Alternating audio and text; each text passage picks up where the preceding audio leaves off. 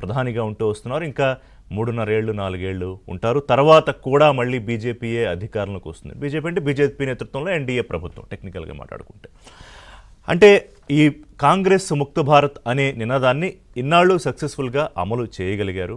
ఇకపై కూడా దాన్ని అంతే సక్సెస్ఫుల్గా ముందుకు తీసుకెళ్ళడానికి జరిగే ప్రయత్నంలో భాగంగానే కాంగ్రెస్ పార్టీ గతంలో 99 సీట్ల వరకు పెరిగింది.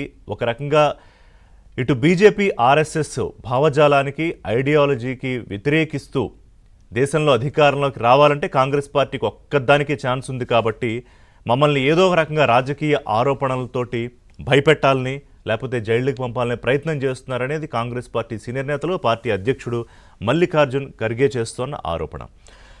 కానీ ఇందులో కాంగ్రెస్కి ప్రధాన శత్రువు ఏంటంటే మోదీ, అలాగే ఆయన విధానాలను లేకపోతే ఆ భావజాలాన్ని ఎప్పుడు వ్యతిరేకిస్తూ మార్కులు పొందాలి, దాని ద్వారా ఓట్లు పెంచుకోవాలని చూడడం తప్ప పార్టీ తాలూకా బలహీనతలను ఎప్పటికప్పుడు అసెస్ చేసుకుంటూ పార్టీ బలాల్ని విశ్లేషించుకుంటూ ఇంకా పెంచుకునే ఆలోచన చేయట్లేదా?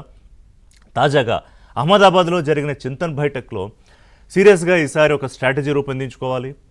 మిగిలిన 3 రాష్ట్రాలే, కర్ణాటక, తెలంగాణ, హిమాచల్ ప్రదేశ్. కర్ణాటకలో తెలంగాణలో ఇప్పటికే బలంగా ఎలా అధికారంలోకి రావాలని స్కెచ్లు వేసుకుంటోంది. ఆ దిశగానే పార్టీ అధ్యక్షుల మార్పులు చేర్పుల గురించి ఆలోచనలు చేస్తోంది. సరే, హిమాచల్ చిన్న రాష్ట్రమైన అక్కడ కూడా సీరియస్గానే వర్కౌట్ చేస్తోంది. మరి ఇప్పుడే కాంగ్రెస్కి మిగిలేదేంటి? మోడీకి వ్యతిరేకంగా అందరినీ ఒక్కతాటిపైకి తీసుకురావాలి అని చెప్పి తెలంగాణ సీఎం రేవంత్ రెడ్డి చింతన బైఠక్ అయ్యాక గుజరాత్లో అహ్మదాబాద్లో మాట్లాడుతూ అన్నారు. సో ఈ వ్యవహారాలన్నిటి నేపథ్యంలో ఇవాళ నేషనల్ హెరాల్డ్ కేసు, ఇవాళ మనం పెట్టింది హెరాల్డ్ హెడేక్. 2004 నుంచి 2014 వరకు యూపీఏ 1 యూపీఏ 2 హయాంలో అనేక కుంభకోణాలు, స్కాములు రకరకాలుగా మనం చర్చించాం. కొన్ని కోర్టుల్లో ఉన్నాయి, కొన్ని వీగిపోయాయి. కానీ ఈ నేషనల్ హెరాల్డ్ 2008లో క్లుప్తంగా దీని నేపథ్యం ఏంటంటే 1938లో నెహ్రూ బ్రిటిష్కి అనుకూలంగా ఈ నేషనల్ హెరాల్డ్ను ప్రారంభించారు. అసోసియేటెడ్ జర్నల్స్ లిమిటెడ్ అనే సంస్థ దీన్ని ప్రచురించేది. 2008 నాటికి ఆర్థిక నష్టాల్లో పడిపోవడము, దాదాపు 90 కోట్ల ఏజీఎల్కి కాంగ్రెస్ రుణంగా ఇవ్వడము, తర్వాత ఏర్పాటైన యంగ్ ఇండియా ప్రైవేట్ లిమిటెడ్ సంస్థ సోనియాకు 38%, రాహుల్ 38% వాటాలతో ఏర్పడిన ఇది ఏజేఎల్ని టేక్ ఓవర్ చేసేసుకుంది.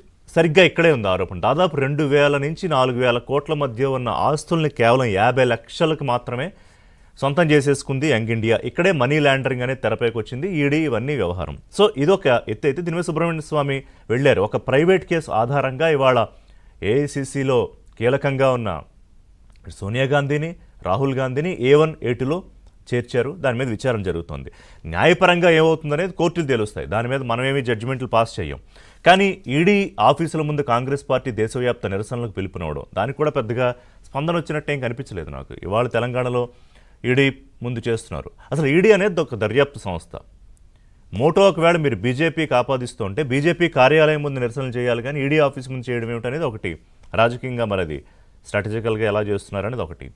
రెండోది ఇక్కడ రాబర్ట్ వద్రా, అంటే సోనియా కుటుంబాన్ని మోడీ టార్గెట్ చేశారు అని వీళ్ళు చెప్తున్న ప్రధాన కారణం ఏంటంటే ఇటు సోనియా, రాహుల్ గాంధీలు నేషనల్ హెరాల్డ్లో ప్రస్తుతానికి బెయిల్ మీద ఉన్నారు, A1 A2లుగా ఛార్జ్షీట్లో ఉన్నారు. రాబర్ట్ వద్రా ఒక హర్యానాలో కుంభకోణం అని ఇంకా దాన్ని ఎస్టాబ్లిష్ అవ్వలేదు కాబట్టి ఒక 4 కోట్లకు 7 కోట్లకు కొని దాన్ని 60 కోట్లకు అమ్మేశారు ఒక సంస్థకి. ఇందులో ఏదో మనీ లాండరింగ్ వచ్చిందని. ఆయన ఏమంటారంటే నేను బీజేపీలో కనుక ఉండి నేను రాజకీయాల్లోకి వస్తానన్నాను కాబట్టి నన్ను టార్గెట్ చేశారు. అదే నేను బీజేపీలోకి వస్తే ఆయన ఒక విచిత్రమైన కామెంట్ చేశారు.